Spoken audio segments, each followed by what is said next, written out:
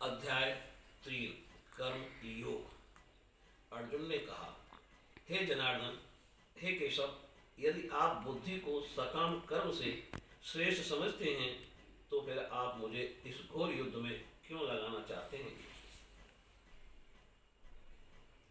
आपके व्यामिश्रित अनेकार्थक उपदेशों से मेरी बुद्धि मोहित हो गई है। अतः कृपा करके निश्चय पूर्वक मुझे बताएं कि इनमें से मेरे लिए सर्वाधिक श्रेष्ठ कर क्या होगा। श्री भगवान ने कहा, हे निष्काम अर्जुन, मैं पहले ही बता चुका हूं कि आत्म साक्षात्कार का प्रयत्न करने वाले दो प्रकार के पुरुष होते हैं।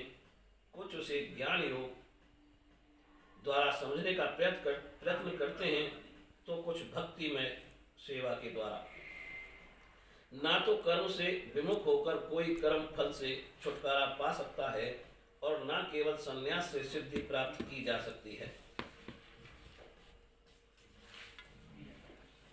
प्रत्येक व्यक्ति को प्रकृति से अर्जित गुणों के अनुसार विवश होकर कर्म करना पड़ता है। अतः कोई भी एक क्षण भर के लिए भी बिना कर्म किए नहीं रह सकता। जो इंद्रियों को बस में तो करता है, किंतु जिसका मन इंद्रिय विषयों का चिंतन करता रहता है, वह निश्चित रूप से स्वयं को धोखा देता है और मिथ्याचारी कहलाता है। दूसरी ओर यदि कोई निष्ठावान व्यक्ति अपने मन के द्वारा कर्मेंद्रियों को बस में करने का प्रयत्न करता है और बिना किसी आसक्ति के कर्मयोग कृष्ण भावनामृत में प्रारंभ करता है तो वह अति उत्कृष्ट है। अपना नियत कर्म करो, क्योंकि कर्म न करने की अपेक्षा कर्म करना श्रेष्ठ है।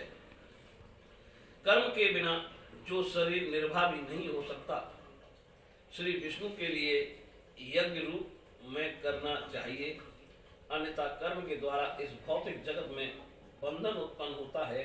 अतः हे कुंती पुत्र, उनकी प्रसन्नता के लिए अपने नियत कर्म करो। इस प्रकार तुम बंधन से सदा मुक्त रहोगे। सृष्टि के प्रारंभ में समस्त प्राणियों के स्वामी प्रजापति ने विष्णु के लिए यज्ञ सहित मनुष्यों तथा देवताओं की संततियों को रचा और उनसे कहा, तुम इस यज्ञ से सुखी रहो, क्योंकि इसके करने से तुम्हें सुखपूर्वक रहने तथा मुक्ति प्राप्त करने के लिए समस्त वांछित वस्तुएं प्राप्त हो सकेंगी। यज्ञों के द्वारा प्रसन्न होकर देवता तुम्हें भी प्रसन्न करेंगे और इस तरह मनुष्यों तथा देवताओं के मध्य सहयोग से सबों को संपन्नता प्राप्त होगी। जीवन की विभिन्न आवश्यकताओं की पूर्ति करने वाले विभिन्न देवता यज्ञ संपन्न होने पर प्रसन्न होकर तुम्हारी सारी आवश्यकताओं की पूर्ति करेंगे, किंतु जो इन उपहारों को देवताओं को अर्पित किए बिना भोगता है वह निश्चित रूप से चोर है। भगवान के भक्त सभी प्रकार के पापों से मुक्त हो जाते हैं, क्योंकि वह यज्ञ में अर्पित किए भोजन प्रसाद को ही खाते हैं। अन्य लोग जो अपने इंद्रिय सुख के लिए भोजन बनाते हैं वह निश्चित रूप से पाप खाते हैं। सारे प्राणी अन्न पर आश्रित हैं, जो वर्षा से उत्पन्न होता है। वर्षा यज्ञ संपन्न करने से होती है और यज्ञ नियत कर्मों से उत्पन्न होता है। वेदों में नियमित कर्मों का विधान है और वे वेद साक्षात श्री भगवान पर ब्रह्म से प्रकट हुए हैं।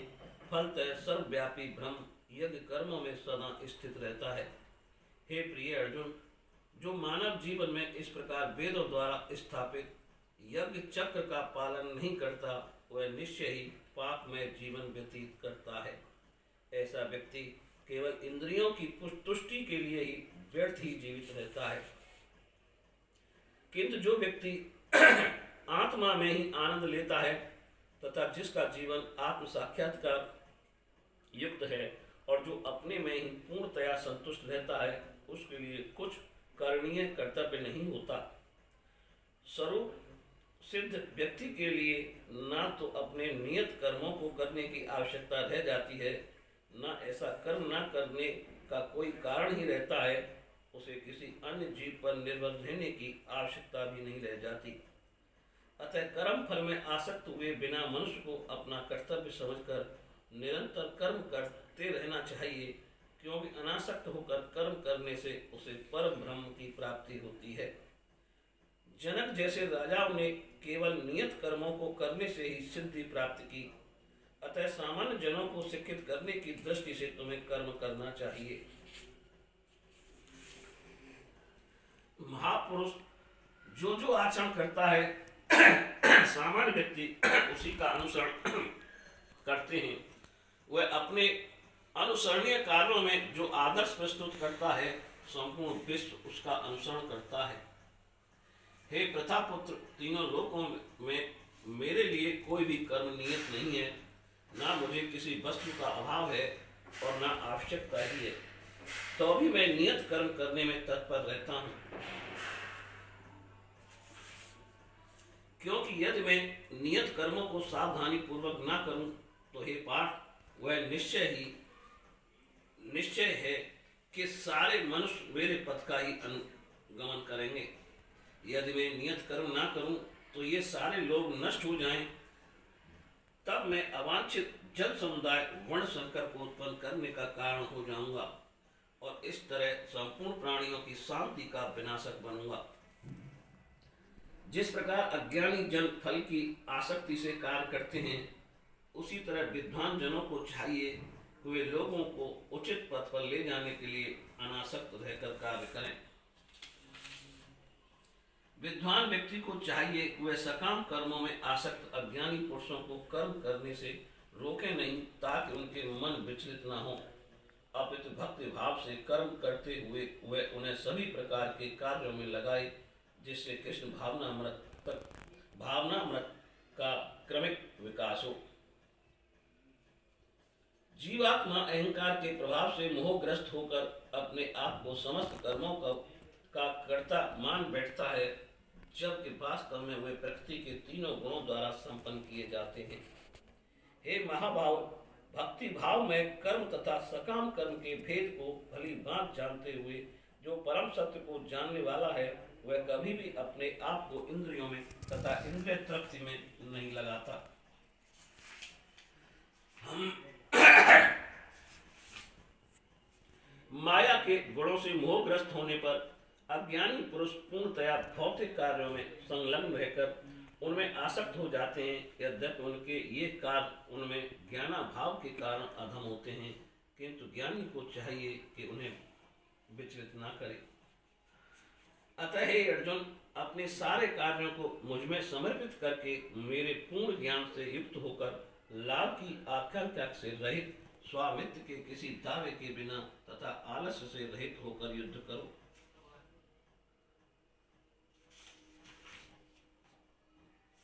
किंतु जो ईर्ष्यावश इन उपदेशों की उपेक्षा करते हैं और इनका पालन नहीं करते, उन्हें समस्त ज्ञान से रहित, दिग्भ्रमित तथा सिद्धि के प्रयासों में नष्ट भ्रष्ट समझना चाहिए। ज्ञानी पुरुष भी अपनी प्रकृति के अनुसार कार्य करता है, क्योंकि सभी प्राणी तीनों गुणों से प्राप्त अपनी प्रकृति का ही अनुसरण करते हैं।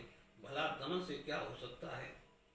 प्रत्येक इंद्रिय तथा उसके विषय से संबंधित राग द्वेष को व्यवस्थित करने के नियम होते हैं।